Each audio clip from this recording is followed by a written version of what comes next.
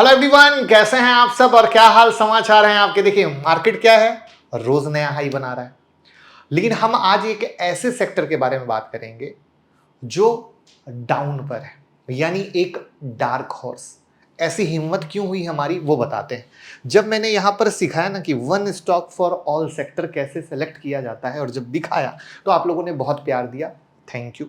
तो अब ऐसे ही इंडेक्स हाई हो और कोई सेक्टर लो पे हो तो क्यों लो पर है, क्या है रीजन, उसमें क्या देखना चाहिए, कैसे स्टॉक को कंपेयर करना चाहिए, क्योंकि यही तो मौका होता है अंडर वैल्यू स्टॉक को पकड़ने का, राइट।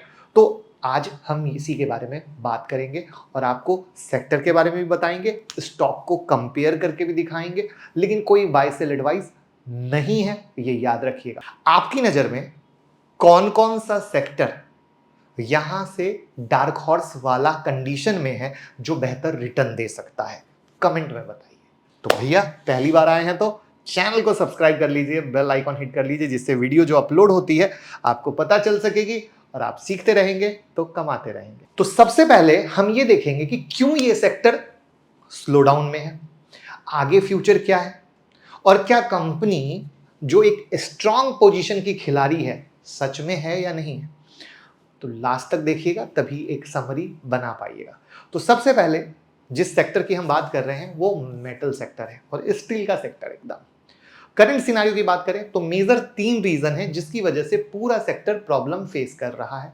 तो पहले उस प्रॉब्लम को देखने और समझने की कोशिश करते हैं। तो यहां पर सबसे पहला है ग्लोबल इकोनॉमी का स्लो डाउन। डिमांड बहुत ही ज्यादा पुअर है, जो industrial activity specially construction automotive sector में वो गिरा है। आईएमएफ ने प्रिडिक्ट किया है ग्लोबल ग्रोथ गिरेगा। अब प्रिडिक्ट भी किया है, ध्यान से समझना, 3.5% से 3% पे आ जाएगा।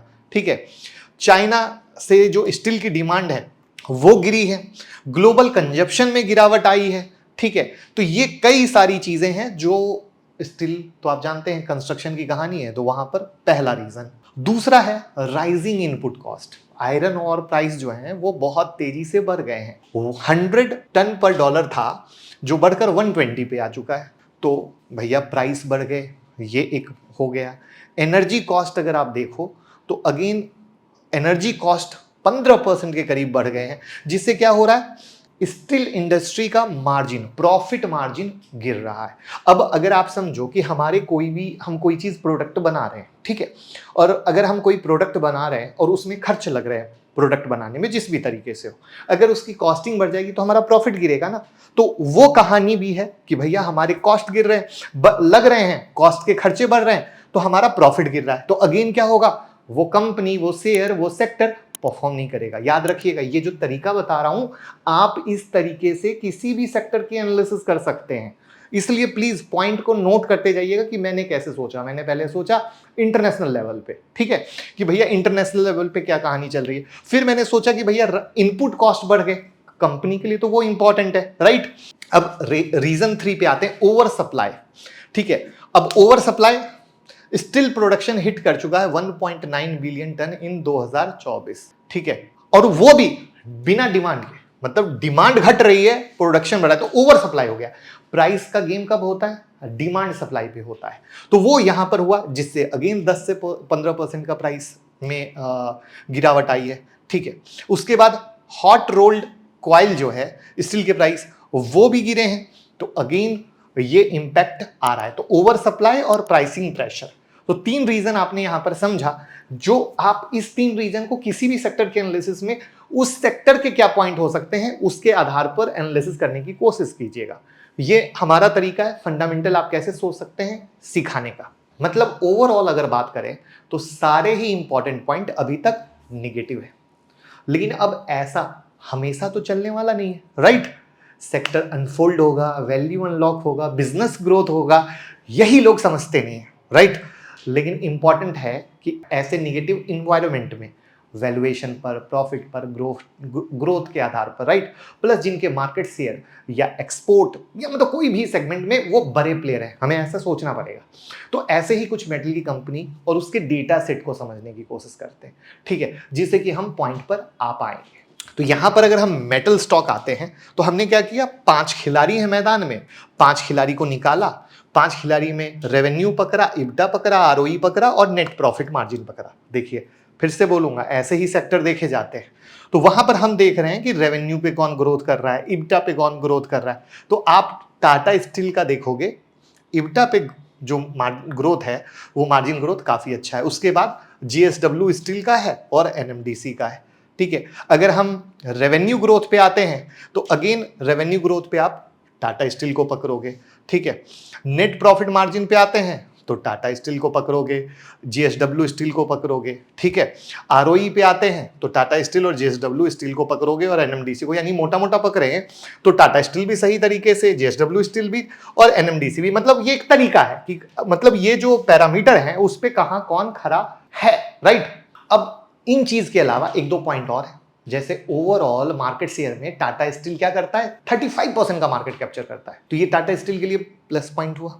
वहीं एक्सपोर्ट के डेटा के अकॉर्डिंग सबसे ज्यादा जेएसडब्ल्यू स्टील का है, जहां वो एक्सपोर्ट में 30% का कंट्रीब्यूशन करता है। तो अब देखो, कोई कहीं, तो ये 2 पॉइंट क्या हुए, अगेन इनको मजबूत बनाते हैं, बाकी कंपनियों से अलग करते हैं, राइट। अब एक और इंपॉर्टेंट डेटा है कि भैया ये जो ऑपरेशन यानी फैक्ट्री चला रहे हैं उसमें प्रोडक्शन कॉस्ट की क्या कहानी है। तो जब हम प्रोडक्शन कॉस्ट की कहानी पे आते हैं तो टाटा स्टील का जो प्रोडक्शन कॉस्ट है ना वो इंडस्ट्री एवरेज से कम है, तो ये अच्छी बात हुई ना।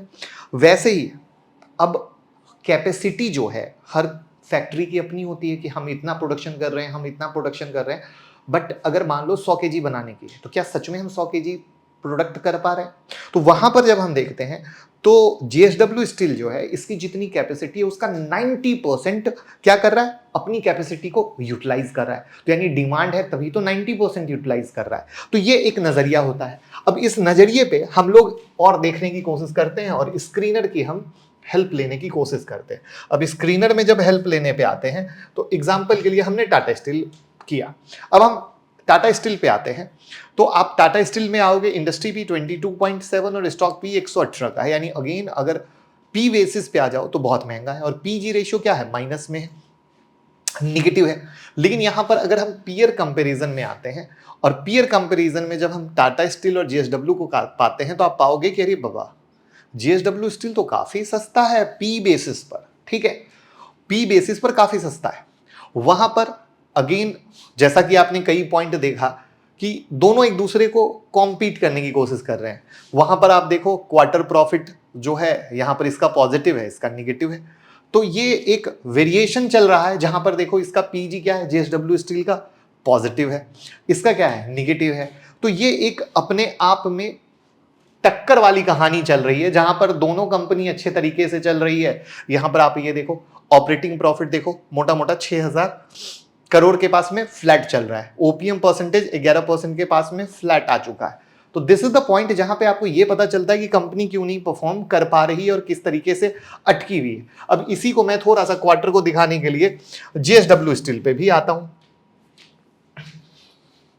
अब जेएसडब्ल्यू स्टील पे आए तो देखा ही कि पी 22-34 मोटा मोटा ठीक ठाक, लेकिन पीजी रेशियो क्या है, महंगा है। अब यहां पर हम इसके क्वार्टर रिजल्ट पे आए तो सेम आप देखो ऑपरेटिंग प्रॉफिट इसका तो गिरा ही है, ध्यान से देखना गिरा ही है, और प्रॉफिट बिफोर टैक्स भी गिरा है। तो ये अभी जो सिनारियो चल रहे हैं वो सिनारियो का इंपैक्ट इन कंपनियों पर हो रहा है। बट यहीं पर जो नजर होता है वो होता है कि हम ऐसे एनालिसिस करके सोचते हैं, फिर उसमें मजबूत प्लेयर निकालते हैं। मजबूत प्लेयर को किस किस बेस पर हम देखने की कोशिश करते हैं वो हम देखने की कोशिश करते हैं, और फिर इन चीजों के आधार पर हम निकालते हैं। तब हम चार्ट में जाते हैं कि अच्छा चलो सब कुछ ठीक है, मार्केट भी गिर रहा है, सब कुछ ओके है। तो अगर हम देखें कि क्या कहानी है तो यहां पर हम देखने की कोशिश करते हैं कि अच्छा अब ये स्टॉक परफॉर्म कर रहा है कि नहीं कर रहा है। तो आप देखोगे पूरा साइडवेज एक बॉक्स जोन में पड़ा हुआ है। तो अब अगर ये बॉक्स में पड़ा हुआ है तो आपके लिए कोई काम का नहीं, लेकिन अगर ये बॉक्स से ऊपर की तरफ निकल रहा है तो आपको एक मूवमेंट बहुत अच्छा दे सकता है। वैसे ही अगर आप जेएसडब्ल्यू स्टील पे आ जाओ,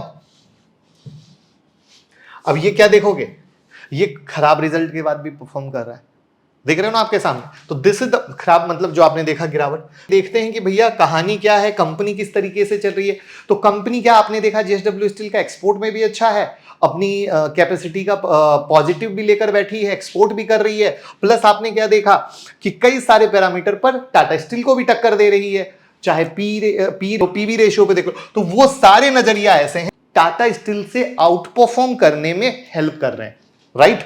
मतलब आप समझ पा रहे हो, जैसे आप ये नहीं समझ पाए अगर नॉर्मल इंसान ये देखे, अरे बाबा टाटा तो टाटा का ग्रुप है, सब अच्छा है, बट जेएसडब्ल्यू स्टील क्यों आउट परफॉर्म कर रहा है। तो आपने सब कुछ देखा कि सब एंगल है, तो बैलेंस शीट का असर क्यों नहीं दिखा, क्वार्टरली रिजल्ट का असर क्यों नहीं दिखा, कि चलो यार अभी तो सबकी लगी पड़ी है, सबकी दगी पड़ी है, बट ओवरऑल कहानी कहां पे। तो ये एक नजरिया होता है जिससे हम किसी सेक्टर को पकड़ते हैं। और डार्क हॉर्स क्यों बोला, क्योंकि ये सेक्टर सच में अभी चला नहीं है, राइट। तो अब कहानी में जैसे ही ट्विस्ट टर्न आएगा, जैसे एक जमाने में आईटी सेक्टर के बारे में बात हो रही थी, अरे रिसेशन है, अमेरिका में ऐसे आएगा, ये वैसे आएगा, आईटी सेक्टर खूब गिर रहे थे, लोग लेने से डर रहे थे, बट उसका एक समय तो आया, फिर वो पलटा, राइट। फिर इंसान को कब होश आया, जब वो तेजी हो गई। तो दिस इज द वे, जहां पर ये समझिए कि ऐसी बातें हर बार एक टाइम फ्रेम में चलती रहती है, हमें उससे पैनिक नहीं लेना होता है। बट एक जो सबसे ज्यादा लोग गलती करते हैं, या तो पूरा का पूरा डिफेंस शेयर अपने पोर्टफोलियो में डाल लेंगे, पूरा रेलवे डाल लेंगे, पूरा स्टील डाल लेंगे, मतलब सेक्टर स्पेसिफिक दौड़ते हैं। ऐसा ना करें, पोर्टफोलियो को डाइवर्सिफाइड बनाएं, 5 साल का विजन रखें, 3 साल का विजन रखें, जिससे कि आप एक सही तरीके से इन्वेस्टर बन पाएं। और सच्चा और अच्छा इन्वेस्टर बनना है तो जब तक ये थॉट प्रोसेस लाकर इस तरीके से नहीं सोचेंगे तो कभी भी डार्क हॉर्स को पकड़ के एक बेहतर रिटर्न नहीं ले पाएंगे। तो कैसी लगी ये यूनिक तरीका, प्लीज बताइएगा, जिससे हम मोटिवेट होकर और बेहतर वीडियो बना सकें।